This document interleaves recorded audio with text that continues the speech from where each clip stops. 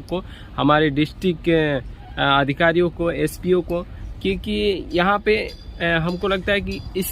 नियम बनाते समय जो भी अगर गांव में जो स्कूल में ये जाके वहाँ पे लोगों को बता रहे हैं, समझा रहे हैं, रजिस्ट्री करवा रहे हैं, तो ऑनलाइन करवा रहे हैं, तो ऐसे में बिहार पुलिस को सबसे बड़ा इसमें दिमाग लगाना चाहिए, क्योंकि और बिहार गवर्नमेंट को भी, कि इसमें दलाली ना हो किसी गरीब का। मान लीजिए कि बहुत सारे ऐसे गरीब हैं जिनकी कागज़ है कि कहीं कहीं रखा जाता है और ना मिलने के कारण चाहे वो भूल जाता है, कहीं जल जाता है, भुला जाता है, तो कोई चोरी कर लेता है, तो उनकी कागज़ बनवाने दौड़ते में वो परेशान होकर अपना वो ज़मीन जो है कि छोड़ देता है। कितने हैं कि उसको दौड़ाता है, इतना करता है लोग, तो वो टेंशन में कुछ भी भला बुरा जो भी है बोलने लगता है। तो इस सब बहुत सारे समस्या उत्पन्न होंगे। इस समस्या को उत्पन्न के लिए बिहार गवर्नमेंट को स्पेशलिस्ट जो कि वहाँ पे जो अधिकारी आ रहे हैं, ऐसे में वो अधिकारी कहीं दलाल ना निकल